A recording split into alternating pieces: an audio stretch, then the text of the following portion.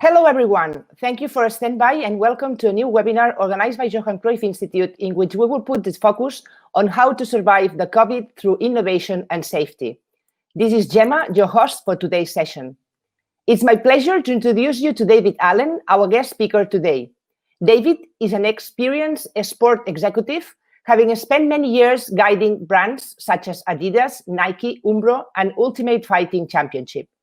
For the past 3 years, he was CEO of the OPRO Group, the world's most technically advanced mouthguard brand, which included managing the partnerships with the New Zealand Rugby, All Blacks, England Rugby, UFC, GB Taekwondo, plus 90 other properties. Born in Dublin, he started his sport career with Adidas in 1994 before moving to Nike in the Netherlands, having held roles in brand, product, and commercial, including general manager for Nike Football. David currently lives in Manchester and is working alongside Sports and Wellbeing Analytics as Senior Advisor, Partnerships and Business Development. As always, just a quick reminder before we get started. If you have any technical issues, we will be happy to assist you through the chat tab located on the right side of the screen. We invite you to participate on the debate, typing your questions anytime during David's presentation, and I will address them to him. Please write on the questions tab, also located on the right side of the screen. Good afternoon, David. Good afternoon, Gemma. Good afternoon. Thank you very much for joining us today. No, the thank you comes from me. Thank you for the opportunity. We have friends from 42 different countries representing 5 continents, and they are waiting for you. So the wall is yours. Thank you very much. For 42 countries, Gemma gave me a list of all the countries, and my only disappointment is there's nobody on from my home country of Ireland. But very, very big welcome to everybody who's joined the webinar today. And thank you, Gemma and the Institute, for allowing me the opportunity to talk about my company, which is Sports Wellbeing and Analytics, but also to talk about what the product is. The product is called PROTECHT. What a fantastic opportunity. So a big thank you to everybody who's out there all around the world, whether it's afternoon, morning, or very late in the evening for some people who's out there. So a little bit about me. As Gemma already said, I've had over 20 years experience of working within the sports industry. I've been very privileged to work in sport, doing what I love. I love sport. I love all elements of sport. Love the competition of sport, love the athleticism of sport, and absolutely die every day to dream about the fact of working with athletes. My experience has been across a number of the major brands within the sporting world. I started out my career with Adidas back in Ireland, and then I moved to the UK working with Adidas, and then went on to work with Nike, primarily in the Netherlands. I spent nearly 15 years working with the Nike brand. What a super brand, and working with some super people in that organization. As part of one of my roles, we acquired the UMBRO brand, the British Football Heritage brand, and that brought me back to the UK. Spent some time there. We sold that business, and then I left and moved from the branded side of life over into the rights holder side, where I set up the offices of the UFC, the Ultimate Fighting Championship, in London, looking after Europe, Middle East, and Africa, putting on some of the biggest events that were ever seen in the world of martial arts, working across broadcast and TV, and again, working with some fantastic athletes. And that led me all to my experiences of working with clubs. I've been down at the Johan Cruyff Institute and working with FC Barcelona, working with some of the greatest players, federations and leagues all around the world. My experience itself is mostly within the world of general management, but I have worked across brand, product and commercial.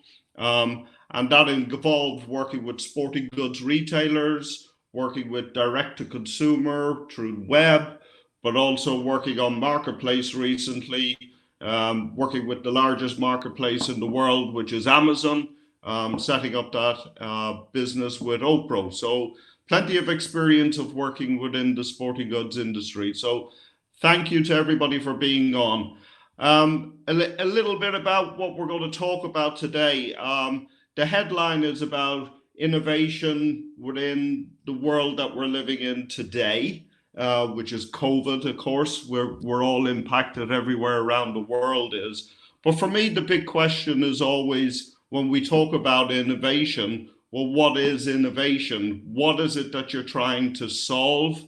Or maybe what is it that you're trying to resolve? And that to me is what innovation is. Unless you're bringing something to the table that's solving a problem for somebody, and today we're talking about it in the realm and the thought process around sport, what are we trying to do? My company, Sports Wellbeing Analytics, what we're doing is looking at the very, very serious issue of head impact injury. And what we're looking at is not from a medical point of view, but from a data point of view of how we can predict, first of all, how we can prevent, and how we can prevent serious injury.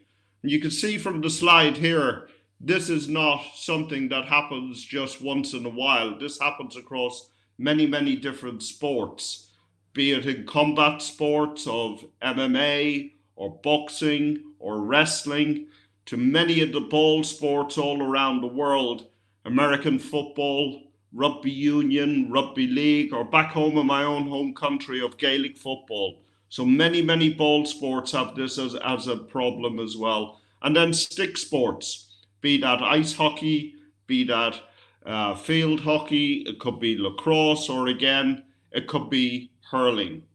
So looking at head impact injury, but looking at it from a perspective of how can we bring data to help people understand what's happening on the field of play when it actually happens, not after, not way down the line when a player is being treated or they're in the dressing room being treated, or hopefully it never happens, but they end up going to hospital or to see the medics, but actually trying to analyze and give data to those medics and those people who are on the sideline, understanding what has happened in that world when a head impact injury occurs. So our solution, and the solution sounds very, very simple, and sometimes with the best technologies in the world, the solution is very, very simple. So PROTECHT is our product, and PROTECHT is an innovative product, and I'll explain a lot more about the product as we go through the presentation. But we are unique in that we do this in what we call real time. And real time is about live. So this nanosecond that a collision or an impact happens on the field of play or in a boxing ring or in a training perspective, the immediate time that that happens, we're able to take that data and give that data to people on the sidelines. One of the biggest things that we notice, and that any of us involved in sport will see, is that it's the unseen injuries that sometimes cause more of the problems than the seen injury. We all know when two athletes collide or when a punch is thrown, we can see the impact. But sometimes in sport, whether it's down the bottom of a ruck in rugby or a tackle is made in American football, nobody really understands the intensity, the force of that impact and how that has done something to the athlete.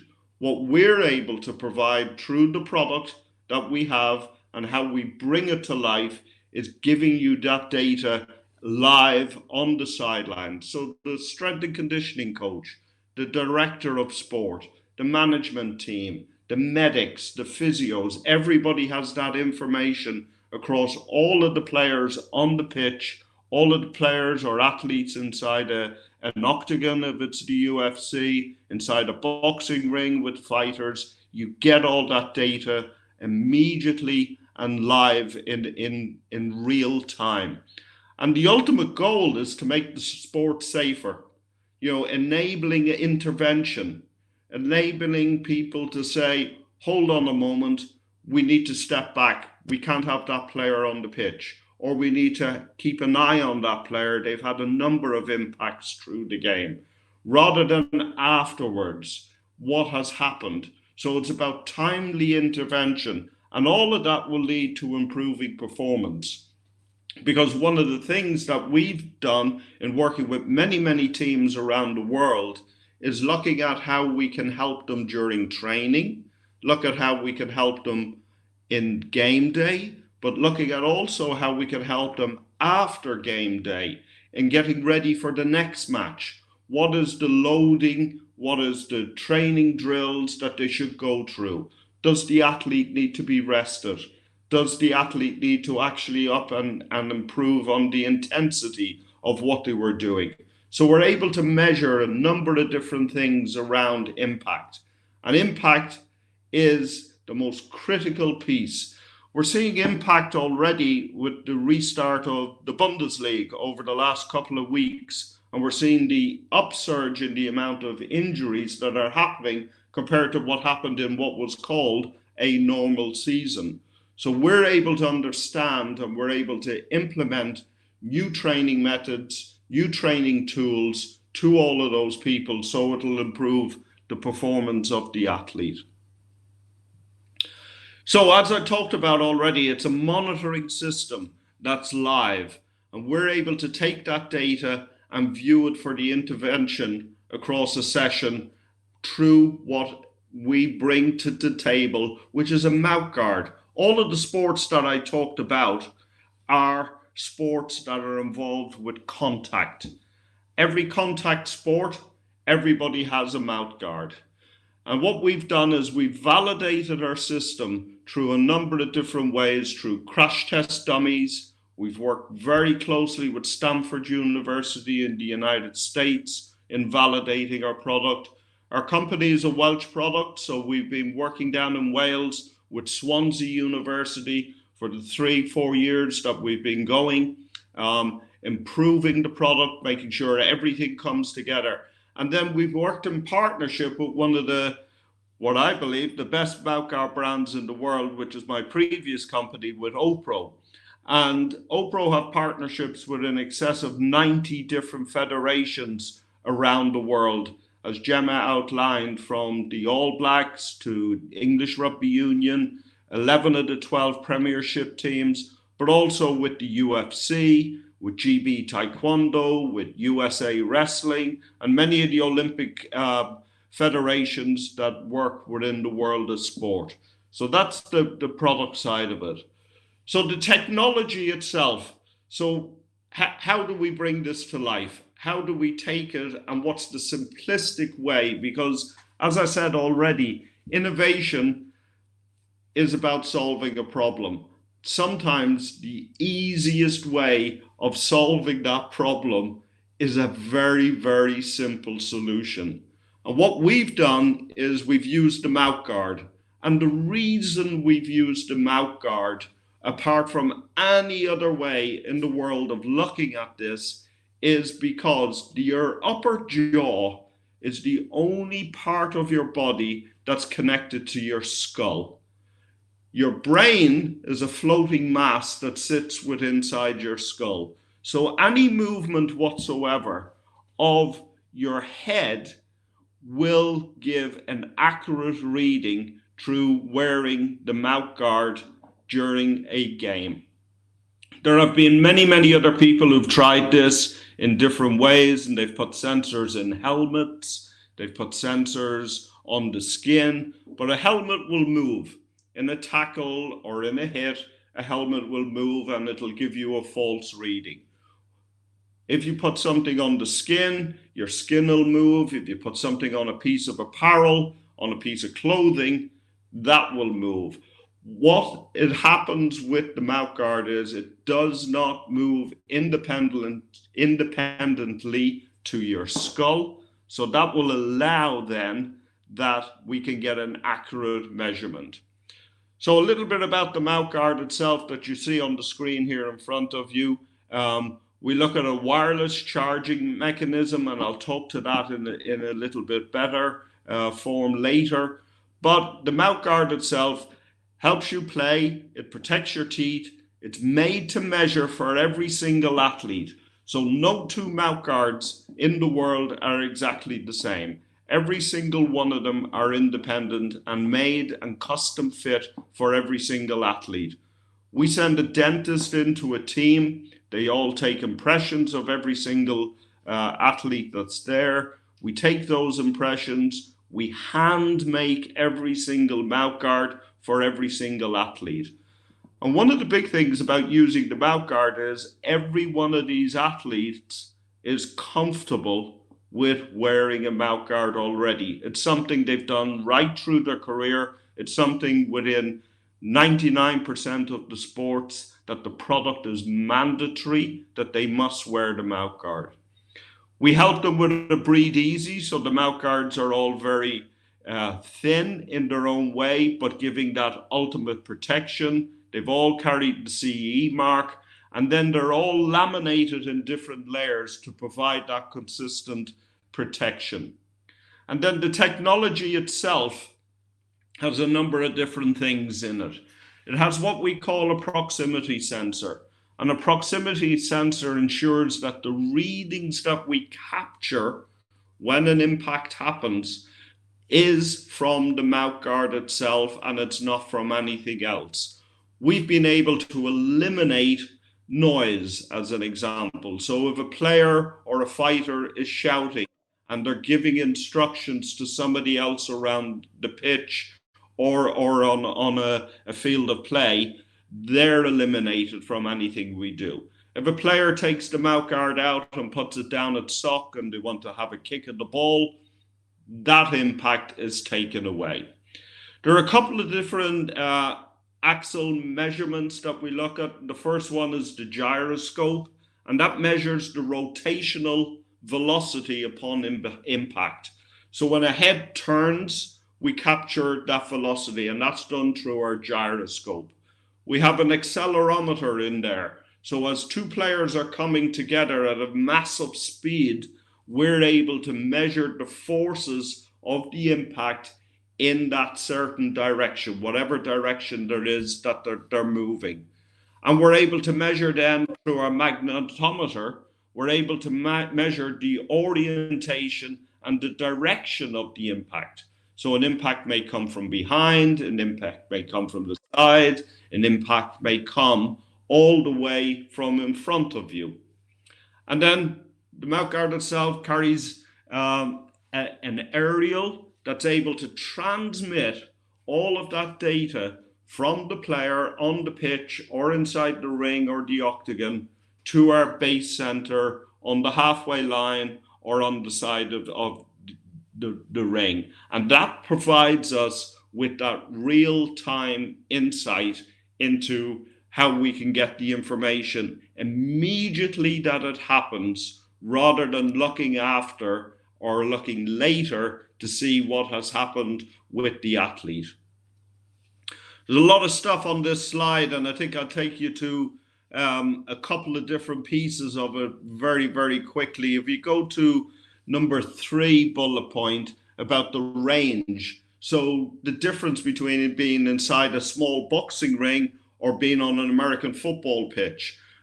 We've range tested this product in training grounds, in stadiums, in boxing rings, and we can develop this to over 100 meters away from where our base station is. So no matter what size of a pitch it is, no matter if there's 30 players on the pitch, we're able to get the individual data from every single athlete.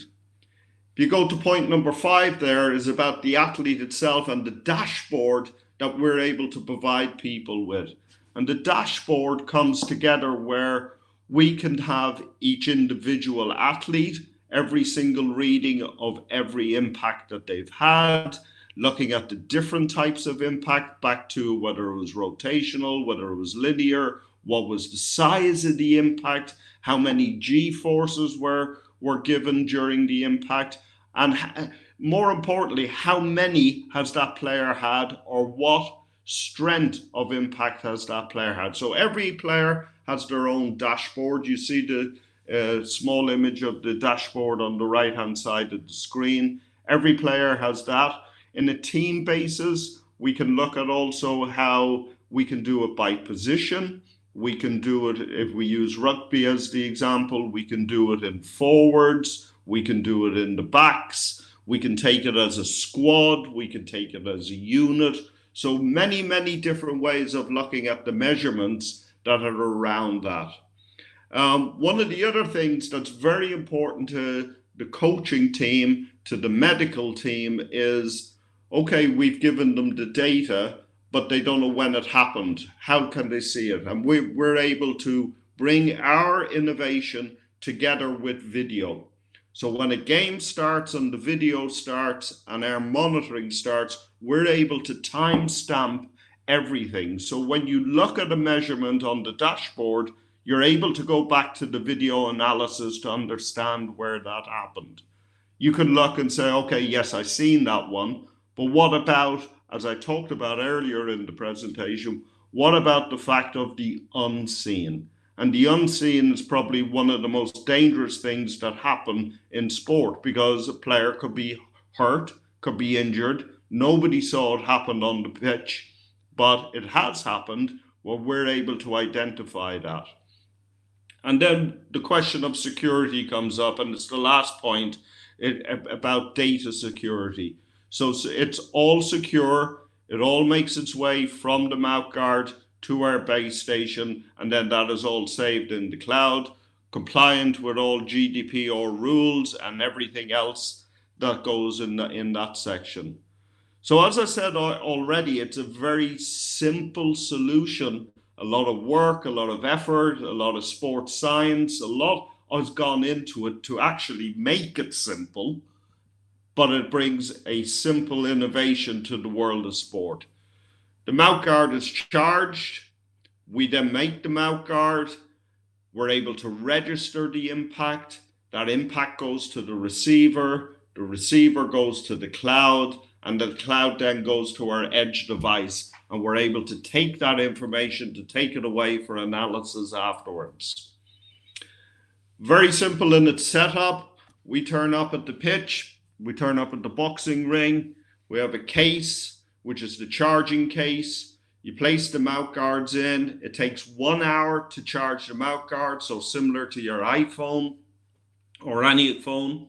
And that will give you up to somewhere between 8 and 9 hours of playing. So suitable across a whole day's training session for each individual athlete. We just attach them in similar way to what athletes are used to using at this moment in time when they're using GPS. A lot of players and athletes will have GPS systems in between their shoulder blades, and they're used to this system. We have a receiver and a stand which sits on the side of the pitch on the tripod. That's where the aerial from the mouthguard transmits the data to, and that immediately goes to the laptops on the side of the pitch used by the staff, whether that's a physio, strength and conditioning, or the medics, to understand what they want to do with the athlete. Gemma, you've come back on. Have you got some questions for me? Yes, David, the first questions just are coming up. So I will start with one from Colin. Colin is asking you are you seeing interest from insurance companies related to sports? Yes, there's a big interest from insurance companies. And the main reason that insurance companies want to look at this data alongside working with the team or the athlete. And at the end of the day, this data belongs to the athlete. It does not belong to anybody else.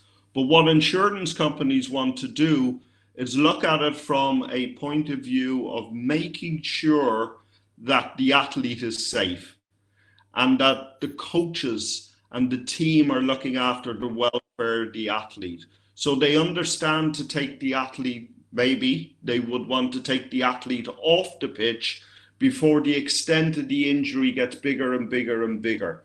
So it actually helps from an insurance point of view to make sure that we can take athletes off the pitch, and the insurance companies see that as a benefit. Also, insurance companies then see that the team have a lot more data where they're able to protect their athlete over the longevity. And also for the athlete, it protects the athlete and prolongs their career over a period of time as well. So all of those are benefits to insurance companies. Okay. Elise said if used in official football competitions, national or international federations, UEFA or FIFA, have they to accept this equipment? How far are you with the rollout, and when will this can be actually used? Yeah, very good question. Thank you. Football is one of the sports that you're not required to wear a mouthguard. There are one or two players that wear mouthguards, but it's not really a sport. But the question is relevant to other sporting bodies, whether it's within the world of rugby or in combat sport. So we're working very, very closely with the national organizations and the federations. We're not bringing anything to the sport that will change the performance on the pitch or give them an unfair advantage. And they're wearing a piece of equipment that is already approved by the federations, by the clubs, by the leagues. So they're wearing something that they're already very comfortable with. And the federations understand that. A lot of the federations mandate that you must wear the mouthguard. What we're bringing is an extra piece of technology and innovation into the mouthguard itself.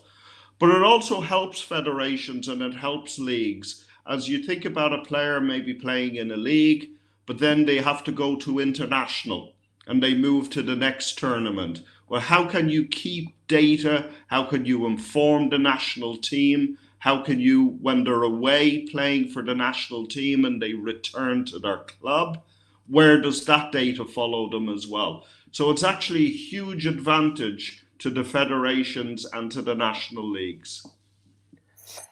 I have two questions in one. Is this kind of technology also interesting for non-contact sports in relation with unseen injuries? Yeah, we're seeing a lot of interest from snow sports, as an example. So it's not seen as a contact sport, but it is a sport where a collision and an impact will happen. So I don't know, you're skiing down a mountain, you fall over. You're in a race and so understanding how that athlete has been injured if they have impact. So whether they hit the ground and there's head bounce and all the different things. So we're seeing it across a number of sports where it's not directly within the world of contact that the sport itself does, but by accident, and that can be in motorsport, that can be in snow sports, many other different sports where impact and injury happens, and trying to help the athlete with that as well. Yes. Mm-hmm. And you mentioned the motorsport, motorsports, motorcycle racing or F1, for example. But you said that you couldn't put the electronic chip on helmets because the helmet is moving. So where is the place that you put the electronic chip? Everything is done through the mouthguard. Okay. There are a number. You will be surprised all around the world the amount of athletes that wear mouthguards. They wear it for protection. You have to think that the main reason for a mouthguard is to protect your teeth. It's not to prevent concussion. It's not to do anything medical. It's to protect your teeth. So if people are already wearing a mouthpiece or a mouthguard, it's very simple for them to then move to the mouthguard with our device implemented inside it. There's no difference to the size. It's not uncomfortable. It's not anything different to what the athlete is used to wearing. And I think from an innovation piece that we talked about earlier, that's one of the critical things about bringing this innovation to the sport. We're not looking to change the years and years of what athletes have been wearing. what they've not been, they're not trying to get used to something absolutely new within the sport. It's something they've been comfortable with from when they were a kid, when they were growing up, when they were playing the sport, all the way through to where now they're an elite athlete and they're looking at it from a different way. Now that you mentioned kids, Lulian says, how about the young athletes? Can they use the product if their teeth is not already fully developed?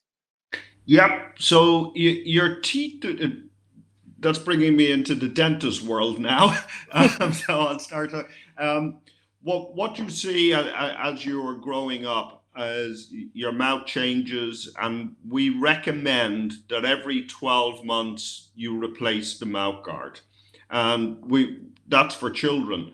But we also recommend this with elite athletes, that they change every 12 months because of wear and tear. A mouth guard can only last so long when it gets so many impacts. For children, as they're growing up, yes, this can be embedded into a child's mouth guard.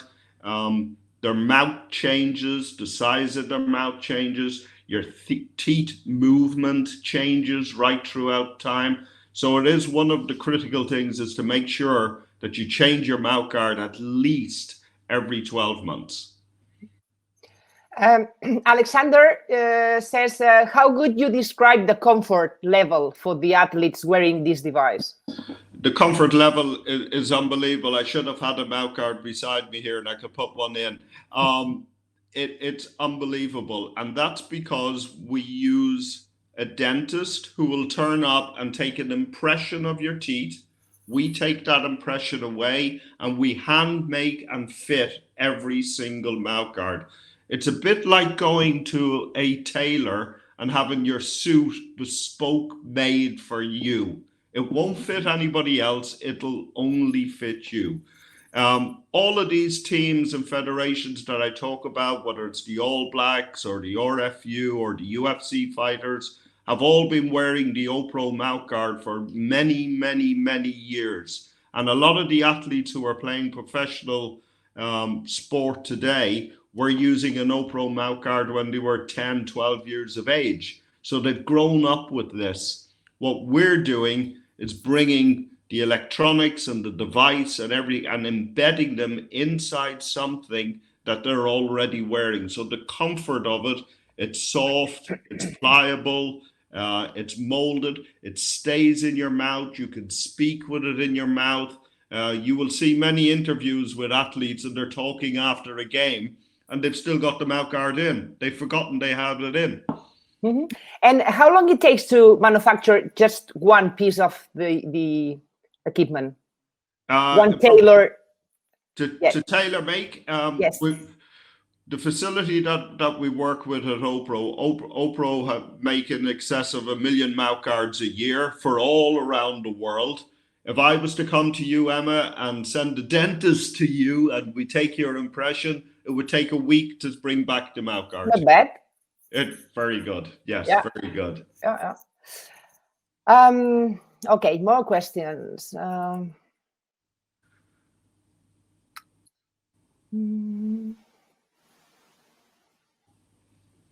Because I'm switching from the chat tab to the questions tab because people is asking in both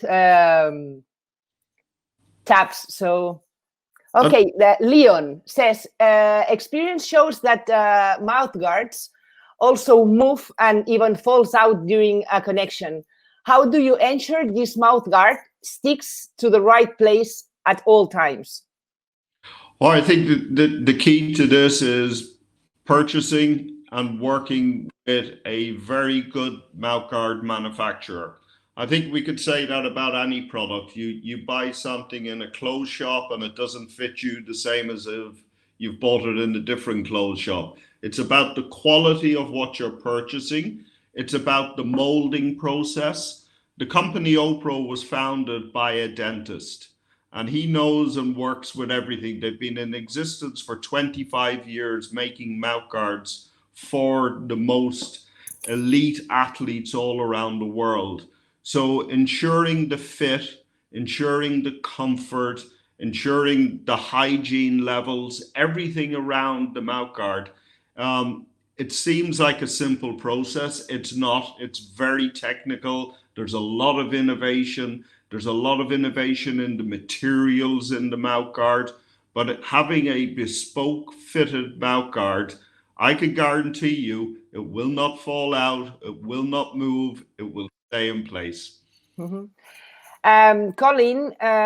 is asking that about next steps to take. So in terms of bringing the product to market for athletes who are not elite athletes. Very, very good question. And that's the ultimate goal of our company. We are ready to take the product to the mass market. The difference with the product for a mass market versus the elite product will be around the bespoke of the mouthguard. That's number one, which we've been able to work with. And then two, live data. Because if you think about one athlete in a whole team, so the team have not purchased the system from us, it'll be just one athlete. What we're able to do is take away the live piece of it, but we will work with Bluetooth. So you will be able to get the data immediately to your phone. Or the coach may have a number of players on the pitch and they can get the data to their phone. So it'll be an immediate transfer, but it's not live. And that's the slight difference. But we're about 8 months away now from launching this product to the mass market all around the world. Big launch for us. Okay. And related to non-elite athletes, what could be, I don't know if you know already, what could be the price of the product? We're not really firmed up on the retail price, but we know there will be a level that you can only go to. Yeah, so it's like anything in life, but it's a bit like saying to you, well, I want to buy a watch, but I want to buy a watch that's going to be able to tell me how far I've run, what my heartbeat is. So there will be an added cost to that from that. So we're hoping to be able to bring the product at about somewhere around 100. I don't know if that's dollars, pounds, euros. We got a bit, but around 100 would be the price that we're aiming to bring this to market to. Okay, David. So if you want to, just keep going, and I will gather the question. Okay. Yeah, thanks. Fantastic. Thank you, everybody, for the questions. It's really got my mind thinking and got me going. So again, when we think about innovation and we talk about, well, what are the problems that we're trying to do? And we're all living in this world now of COVID, and everybody's talking about getting athletes back to play. This is one of the biggest things that we've been looking at and what our system can help in return to play. And that can be not just because of COVID, but it can be pre-season. How do you return and get yourself ready for in pre-season training? How do you return to play from injury? And one of the things that all of us talk about within the world of sport is, are you match fit? Are you ready for the game?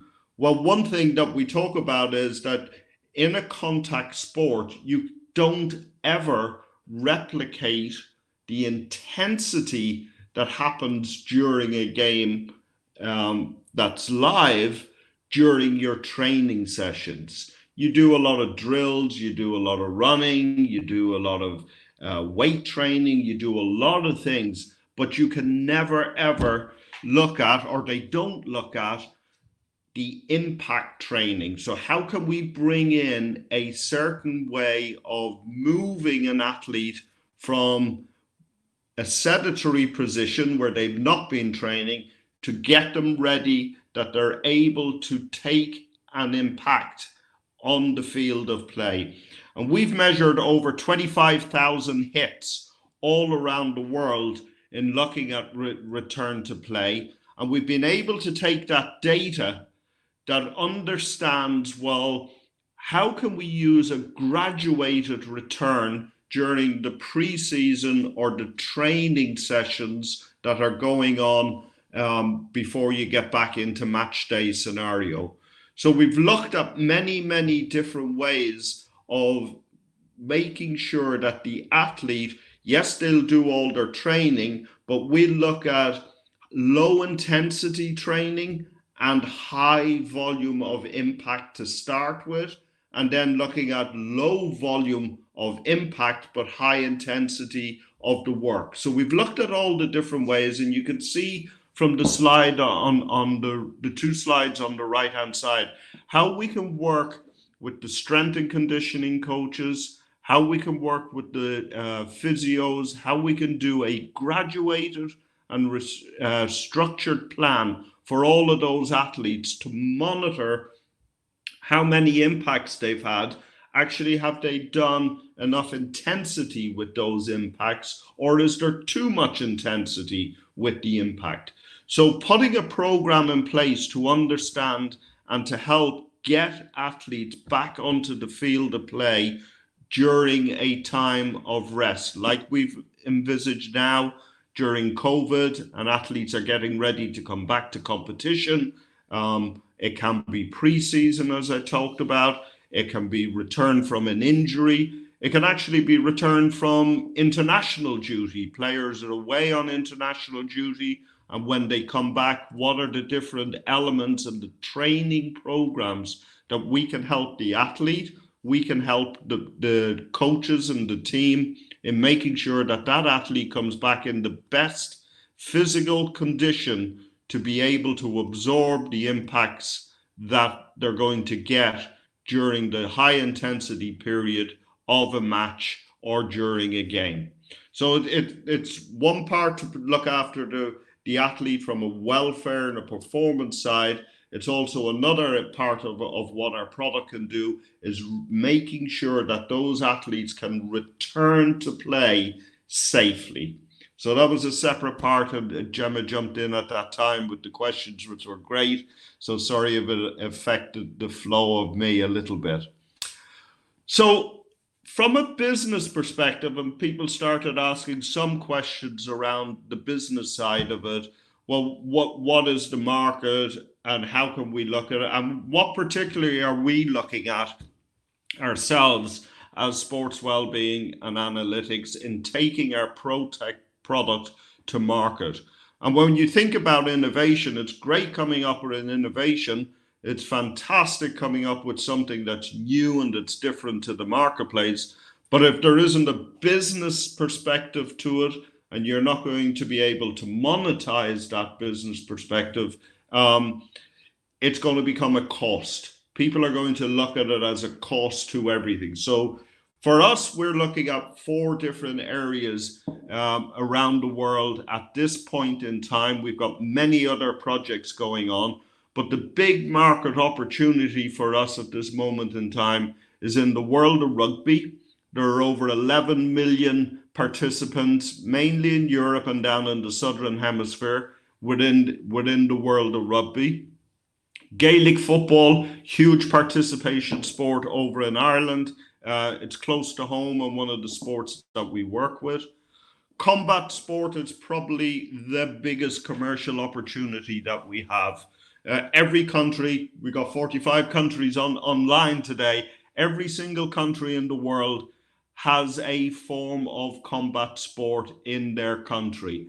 Everybody loves combat sport. Everybody loves, the physicality of it, the anticipation. Nobody knows what the result will be. And combat sport is huge, and it can be across MMA, boxing, taekwondo, jiu-jitsu, kempo, karate. The list goes on and on and on. And we see combat sports as one of the biggest opportunities for us as an organization. And then field hockey is a huge sport. And you think about any of those, field hockey can mean field, ice, or lacrosse. So any of those stick sports, the amount of injuries, and you can imagine a lot is played with a hard ball, it is played with a stick. So the intensity of the games does lead to injury. And we see this as a consumer level. It's a huge opportunity for us, for everybody that needs that solution, everybody that sees how we can bring something different to the marketplace, and everybody understands then that and as one of the questions said, how do we take this product to the level that's not just at an elite level? We want to ensure that everybody who's playing sport and everybody who's an athlete gets the opportunity to be able to look after their welfare, their safety, and their performance. And so that's the presentation. I thank you, everybody, for allowing me the time to talk a little bit about sports well-being and analytics, talk about our innovation and our product. And thank you for being on the webinar today. And if there are any more questions, Gemma, I'm more than happy to answer. Yes, some more questions, David. Do you think it can extend a player career or shorten it? I think it will extend a player career because we're able to monitor, number one, and give the data to them of what has happened. And so that will then lead to, do I need to rest? Do I need to go and seek medical help? Do I need to do many different things?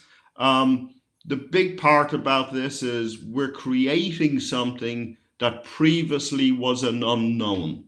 If you were on the pitch, and that's where the shortening of their career would have happened, because they didn't know. You're not aware of what injury you've received. You're not aware of the amount of impact.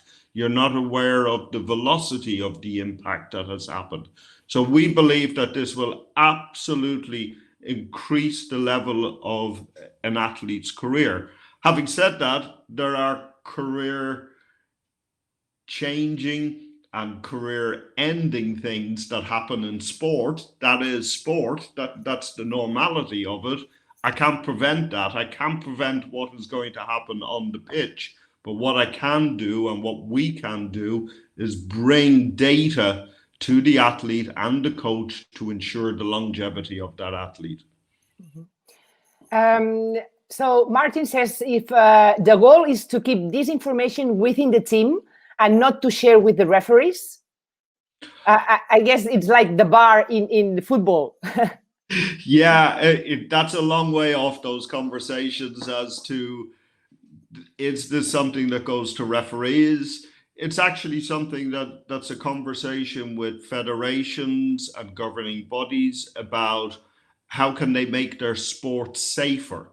So we're able to then provide data to those sporting bodies where they may make rule changes rather than it's just something that's given to the referee. We will help them understanding where those impacts are coming in that sport, and they may need to adapt and change the rules of the game to make sure that the sport is safer, rather than say, oh, let's give it to the referee, and then the referee gives everybody a red card. I understand where the question is going, but that's not something that we're looking at.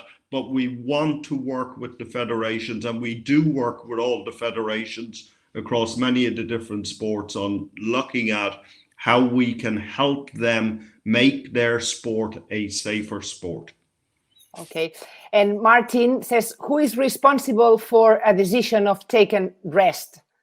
Who decides? It's up to the athlete? It's up to the team? Who has to decide? Okay, it's time to rest. So all as we'll do is we'll provide that data to the medical team. We'll provide it to the physios. We'll provide it to the coaching staff. They're the ones that will make the decision for the athlete. We will never say you have to take that player off. That's not our decision.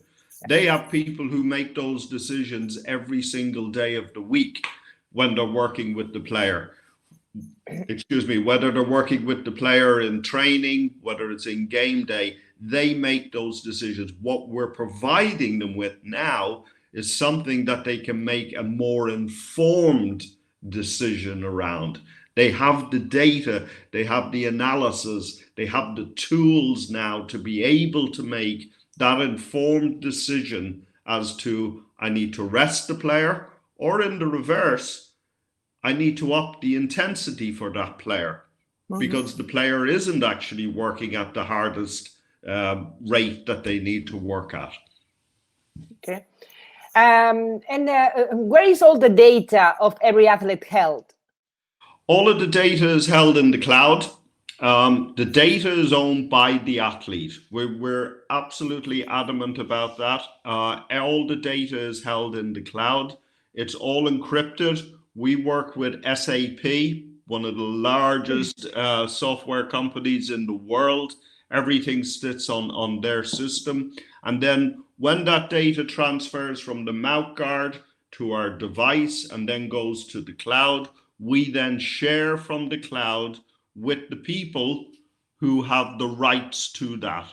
And that can be the club, it can be the player, it can be the international federation. But we don't have the data, we don't own the data. It's not ours, it is absolutely the athlete's data. And what that will lead to over time is, as athletes move clubs or change country, they'll be able to bring all their medical data with them to the next place. So rather than turning up somewhere, one player is playing in Europe, next year they're going to be playing down in Australia, they can transfer and bring that data with them because it all sits in the cloud. Okay, David. So I think that we've gone through all the different questions that has arrived. So yeah, I think that we can leave it here. It's been a very interesting presentation because we are not used to see wearables, but with safety. I mean, okay, you see the watches and all these tools that this kind of wearables, but not in terms of safety. So I think it's been very interesting for all of us. Thank you, Emma, and I'm glad that it's done something different. I've watched a lot of the webinars already, and they've been fantastic. And I know this takes it to a different place in looking at it from a product and a wearable product, but also about how we bring innovation. So I thank you and the Institute for the opportunity, and I thank everybody who's on the webinar today for the opportunity of listening. And I hope you all have a lovely and safe weekend. You too, David. Thank you very much for joining your time with us. Take care. And I want to wish you good luck in your future projects. Thank you. All the best, Gemma. Bye-bye. Thank you. Everybody. Thank you.